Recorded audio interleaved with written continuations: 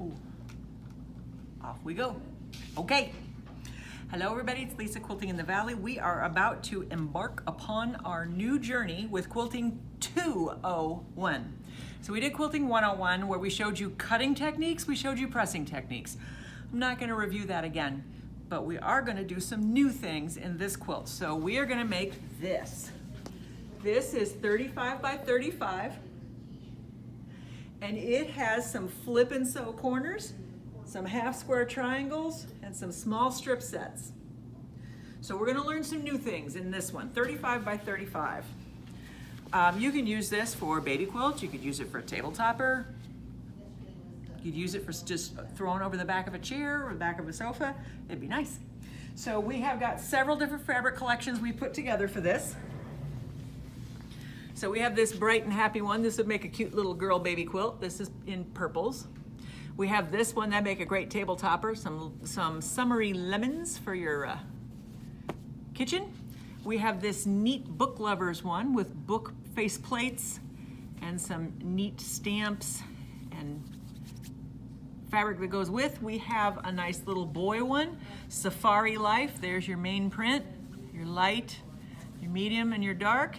And then we have the one we're working on, which is a Christmas one with some adorable vintage deer on it, light, medium, and dark. What you are going to need is a focal fabric, 1 yard, a light fabric, 1/2 yard, a medium fabric, 3/8 of a yard, and a dark fabric, 5/8 of a yard.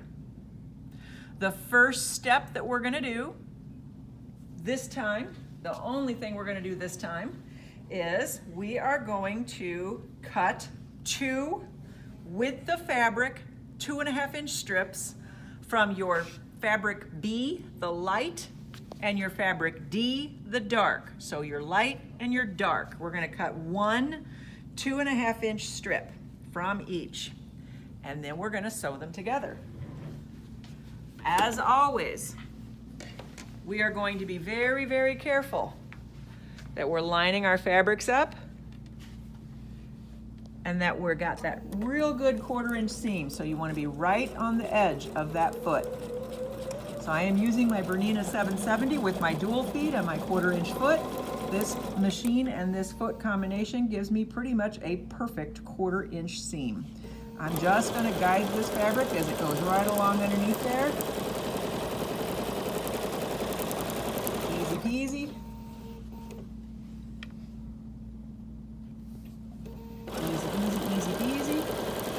I have my speed set at about halfway through. We're not going like a bat out of you know where. You don't have to. If you feel the need to do that, I will tell you that you're probably not maintaining a real consistent 1/4 inch seam. So let's manage to get it at a speed where you can control it. It's not how fast you get it done, it's whether you enjoy the process of doing it. This stuff should be fun.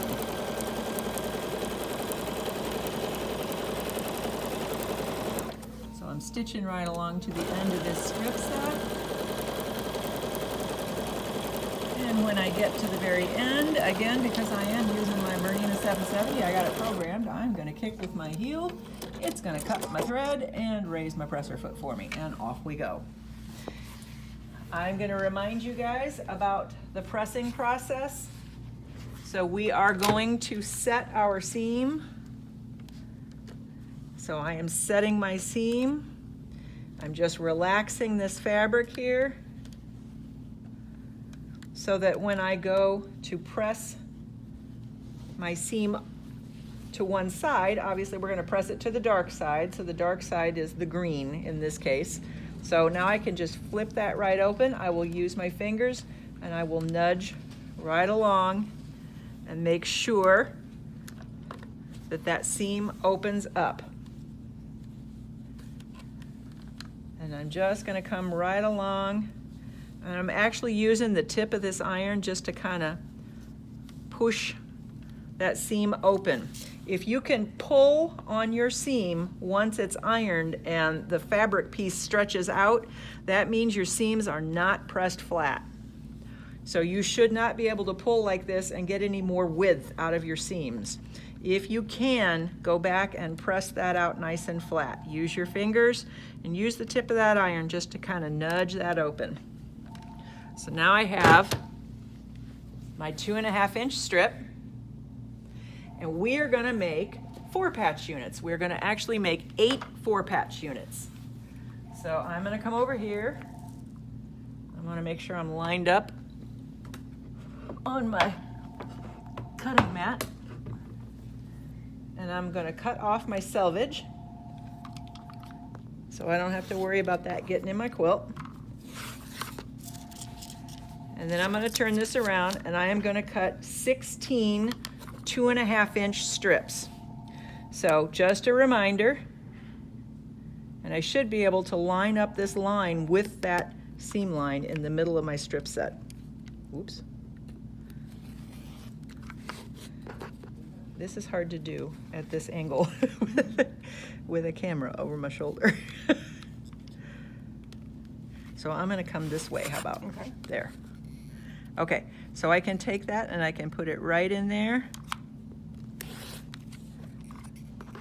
Again, I'm going to make 16 of these because I want to make 8 4-patches. What am I doing? There.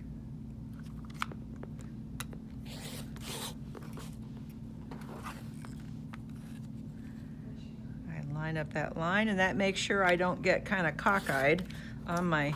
How wide should it be? 2 1/2 inches. 2 1/2 inches. And then if you've sewn your strips together, you have 2 2.5 inches strips that you've sewn together. If you've sewn those together with a good 1/4 inch seam, you should have lost a 1/4 inch on both strips. So 2.5 plus 2.5 minus 1/2, you should measure 4.5 inches from side to side lengthwise of your piece.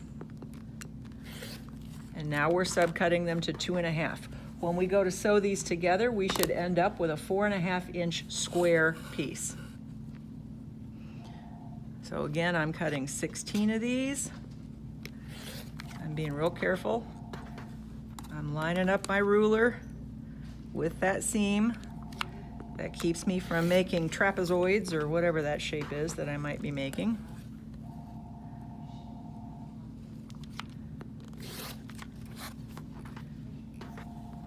And I've lost count at this point, so I'm just going to cut the strip. I don't know how many I've gotten. Whoops.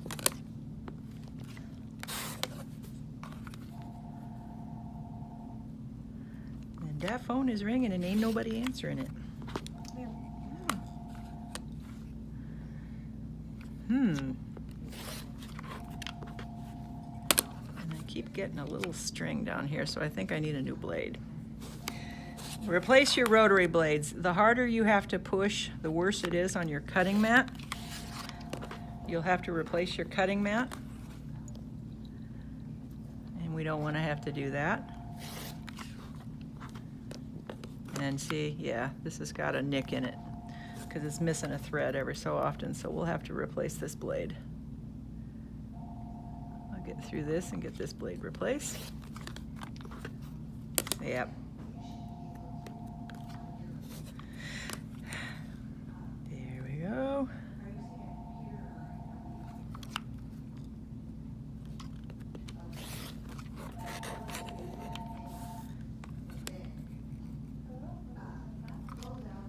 Okay. All right, so I should have at least 16 units. I didn't count, I lost count because I was talking. Okay, so now what we're gonna do with these is we are gonna take them and reverse them. And then we are going to nudge that seam up against one another, just like that. You can feel it lock. So you're gonna nudge that seam up, and then we're gonna come over here to our sewing machine, and we are going to piece that unit together. Now, I'm not using pins. That does not mean that you should not use pins. If you are comfortable using pins, please do so.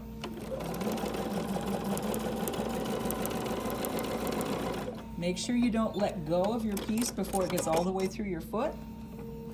If you have nudged that seam up together nicely, you're gonna get that connection right there. Very nice connection. Okay, now you're gonna do all of these until you get 8 4-patch units.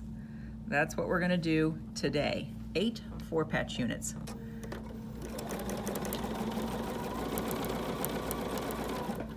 And when I get it under there, I'm gonna just double check everything's good. And I'm gonna hold this till it goes all the way through the needle so it doesn't go sideways on me.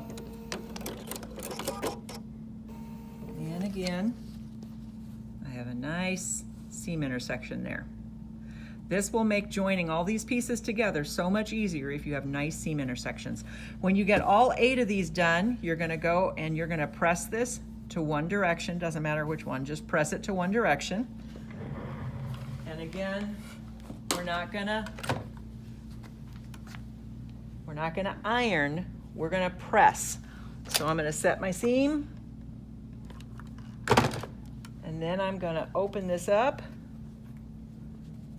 I'm gonna nudge it out, make sure everything's nice and open, and I'm gonna press.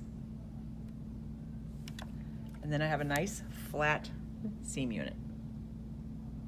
You're gonna make 8 of these, 8 of these. And then tomorrow, we're gonna show you another block.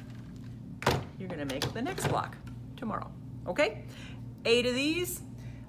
If you would like to pick up one of our kits, we got them available. Again, we have the purples. This is the focal fabric, light, medium, dark. This is the nice lemon fabric. That'd be pretty in a kitchen or be pretty on a wicker table. Light, medium, dark. We got our book lover fabric. That'd be pretty in a study or an office. There's your focal fabric, light, medium, dark. We have our safari fabric, be a nice little baby quilt, light focal fabric, light, medium, dark. And our Christmas fabric. As a reminder, you're gonna need 1 yard of fabric A, 1/2 of a yard of fabric B, 3/8 of a yard of fabric C, and 5/8 of a yard of fabric D. Light, medium, dark, and focal. Okay? This is what we're gonna make. It's 35 by 35, be a good baby quilt or a great table topper. And we're gonna give some acknowledgement to Cortez Quilt Company because they have given us the license to use this pattern. So thank you to them. Okay, talk to you tomorrow.